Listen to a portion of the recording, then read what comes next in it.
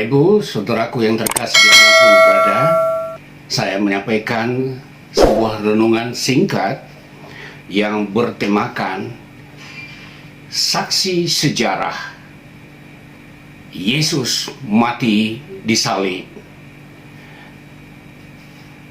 Namun ada orang-orang zaman now yang ragu dan tidak percaya.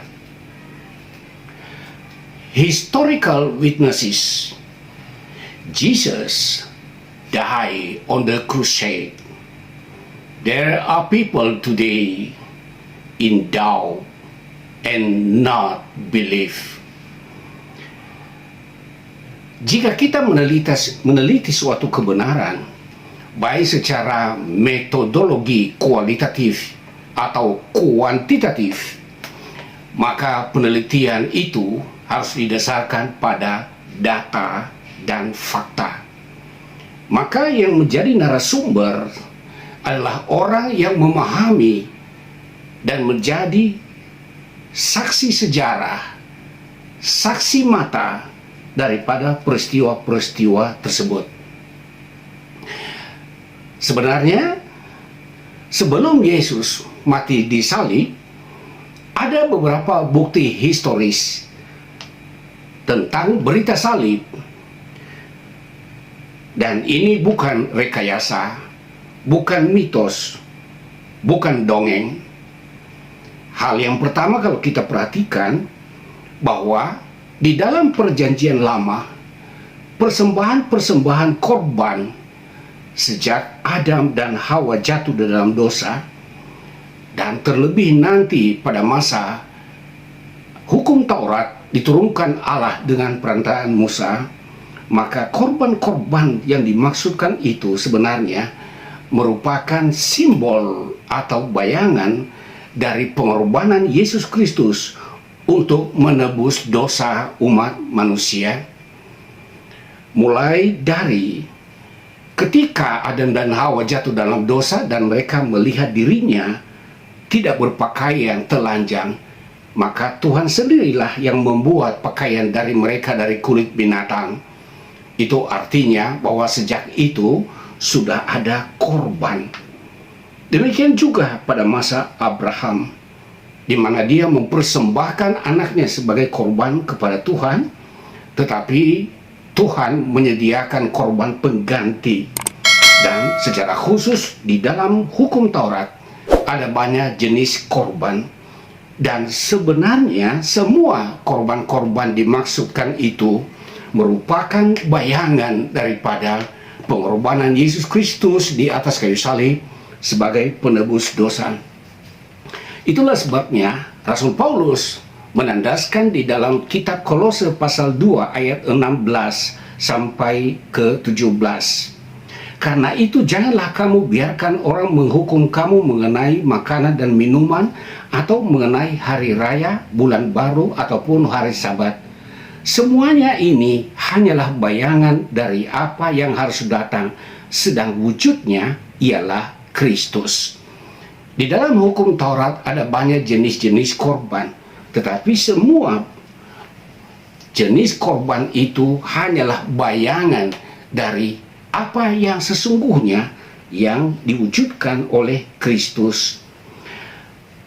Kalau kita memperhatikan pernyataan para nabi di dalam perjanjian lama, dan teristimewa apa yang ditulis oleh Nabi Yesaya yang hidup sekitar tahun 730 sebelum Yesus lahir di dunia ini, sebagaimana dalam kitab Yesaya pasal yang ke-52 ayat 13 berbicara tentang hamba Tuhan yang menderita, dan mulai ayat yang ke-13 itu berkata demikian, sesungguhnya hambaku akan berhasil, ia akan ditinggikan, disanjung dan dimuliakan, seperti banyak orang akan tertegun melihat dia, begitu buruk rupanya, bukan seperti manusia lagi, dan tampaknya bukan seperti anak manusia lagi.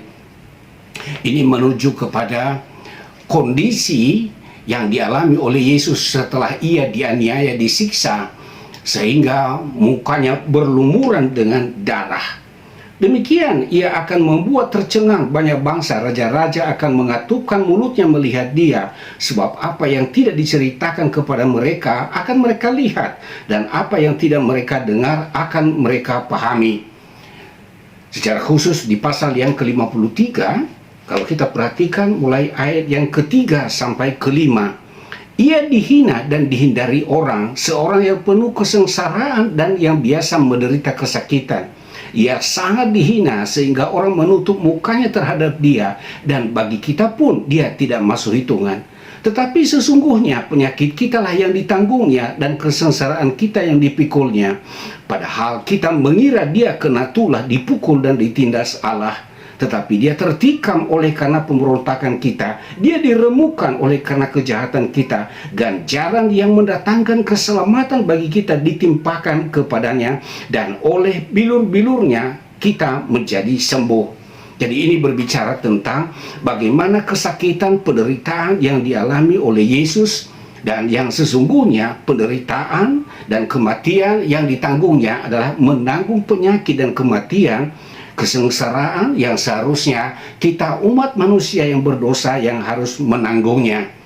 Seolah-olah dia kena tulah, tetapi ia menanggung tulah itu di dalam dirinya karena ia rela mati di salib untuk menggantikan kita.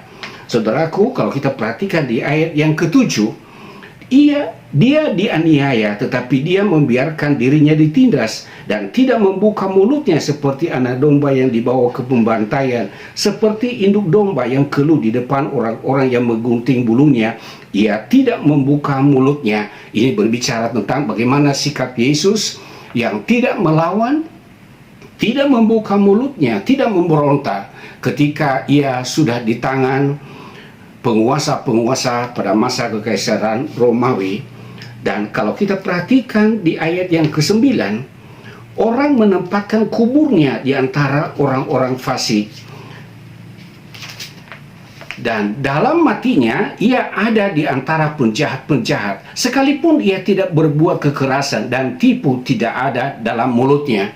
Jadi ketika Yesus disalib, ada dua orang penjahat kelas berat di sebelah kiri dan sebelah kanannya. Ini sudah dinubuatkan sebelum kematiannya di atas kayu salib, bahwa ia itu nanti akan berada di antara penjahat-penjahat. Dan kalau kita perhatikan di ayat yang ke-11, sesudah kesusahan jiwanya, ia akan melihat terang dan menjadi puas, dan hambaku itu sebagai orang benar akan membenarkan banyak orang oleh hikmatnya, dan kejahatan mereka dia pikul. Kita semua orang yang berdosa, dan ketika Yesus mengambil alih semua murka Allah akibat dosa kita, maka kita yang percaya kepadanya dibenarkan karena iman. Artinya kita menerima Yesus Kristus sebagai penebus dosa kita, sebagai pengganti kita, dan jika kita mengimani hal itu, maka ia membenarkan kita, dan pembenaran itu pembenaran oleh karena iman. Dan di ayat yang ke-12b dikatakan di sini, sekalipun ia menanggung dosa banyak orang dan berdoa untuk pemberontak-pemberontak. Saudaraku, ingat ketika Yesus berada di atas kayu salib, ia berdoa untuk orang-orang yang menyiksa dia. Ya Bapa, ampunilah mereka, karena mereka tidak tahu apa yang mereka perbuat. Jadi sebelum Yesus mati di salib, 730 tahun sebelumnya, Nabi Yesaya sudah memberitahukan hal ini. Demikian juga saudaraku, kalau kita perhatikan, ada tipologi penyaliban Yesus di dalam perjanjian lama. Kalau kita perhatikan di dalam kitab Bilangan pasal 21, mulai dari ayat 4 sampai ayat yang ke-9. Dan kalau kita perhatikan di ayat yang ke-5, orang-orang Israel itu melawan Allah dan Musa. Mengapa kamu memimpin kami keluar dari Mesir, supaya kami mati di padang gurun ini? Sebab di sini tidak ada roti dan tidak ada air, dan makanan hambar ini kami telah muak. Lalu Tuhan menyuruh ular-ular tedung ke antara bangsa itu yang memagut mereka, sehingga banyak dari orang Israel yang mati. Kemudian datanglah bangsa itu mendapatkan Musa dan berkata, kami telah berdosa sebab kami berkata-kata melawan Tuhan dan engkau. Berdoalah kepada Tuhan supaya dijauhkannya ular-ular ini daripada kami. Lalu Musa berdoa dan bangsa itu, maka berfirmanlah Tuhan kepada Musa, buatlah ular tedung dan taruhlah itu pada sebuah tiang. Maka setiap orang yang terpagut jika ia melihatnya akan tetap hidup. Lalu Musa membuat ular tembaga dan menaruhnya pada sebuah tiang. Maka jika seorang dipagut ular dan ia memandang kepada ular tembaga itu, tetaplah ia hidup. Jadi dalam peristiwa ini Tuhan sendirilah yang menyuruh Musa untuk membuat ular tembaga, lalu itu ditinggikan di depan orang Israel. Dan ketika ada orang Israel yang dipagut ular, ketika mereka melihat ular tembaga itu, mereka tidak mati karena bisa ular, mereka tetap bisa hidup. Saudaraku, apakah arti ular tembaga ini? Kita baru mengerti kalau kita memperhatikan Yohanes pasal 3 ayat yang ke-14. Tuhan Yesus sendiri yang mengatakannya. Dan sama seperti Musa meninggikan ular di padang gurun, demikian juga anak manusia harus ditinggikan. Ternyata ular tembaga yang didirikan oleh Musa itu merupakan tipologi, gambaran daripada Yesus yang tersalib. Dan itu sudah tergenapi ketika Yesus mati di atas kayu salib. Saudaraku yang terkasih, Yesus sendiri pun berulang kali mengatakan kepada murid-muridnya bahwa ia akan menderita, ia akan disiksa, dan bahkan ia mati di kayu salib. Ia sudah memberitahukan berkali-kali kepada murid-muridnya, dan itu dicatat di dalam Matius pasal 16 ayat 21 sampai 24, dalam Matius 20 ayat 17 dan sampai ayat 19. Dan para rasul pun dan Maria ibu Yesus pun menjadi saksi mata. Itulah yang ditulis oleh Yohanes dalam 1 Yohanes 1 ayat 3 sampai 4, bahwa apa yang telah kami dengar dari semula, apa yang kami lihat dengan mata kami, apa yang kami raba dengan tangan kami, itulah yang kami beritakan kepadamu. Jadi rasul-rasul ini termasuk Maria ibu Yesus merupakan saksi mata dan saksi sejarah. Dan itu juga yang ditandaskan oleh 2 Petrus 1 ayat 16 dan 18, bahwa mereka saksi mata dari semuanya ini. Selain itu, kita juga memahami bahwa Yesus disalibkan ketika Romawi berkuasa, maka sudah pasti dalam kerajaan Romawi pasti ada catatan dokumen sejarah menyangkut peristiwa penyaliban Yesus. Di sisi lain, hingga saat ini, kalau orang datang dari berbagai negara berkunjung ke Israel dan mereka masih penasaran kalau belum melihat di mana tempat Yesus disalibkan, dan tempat Yesus disalibkan itu disebut Bukit Golgota. Ini disebutkan sebagai tempat tengkorak yang dikenal dengan istilah bahasa Inggris Bukit Kalvari, yang berada dekat Yerusalem di luar tembok. Sampai sekarang bukti tentang Yesus disalib itu masih ada.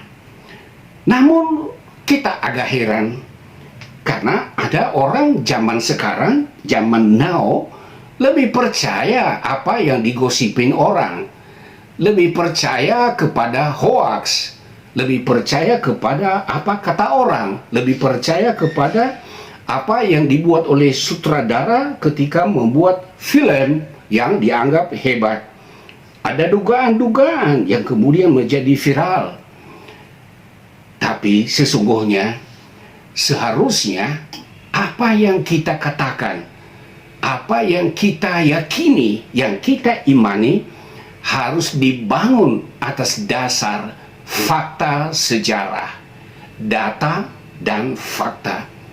Kiranya di antara saudara-saudara yang mendengarkan kebenaran firman Tuhan ini, tidak ada lagi yang masih meragukan apakah betul Yesus itu yang disalibkan atau ada orang yang mirip dengan dia.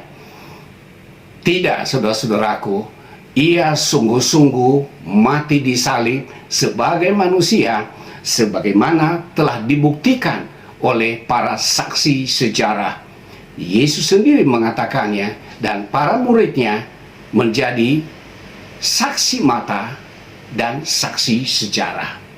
Kiranya kebenaran firman Tuhan ini meneguhkan iman kita bahwa sesungguhnya Yesus sebagai manusia sungguh-sungguh mati di kayu salib untuk menggantikan saya dan saudara-saudara, sehingga iman kita di dalam namanya kita beroleh pembenaran demi memperoleh keselamatan hidup yang kekal. Tuhan memberkati.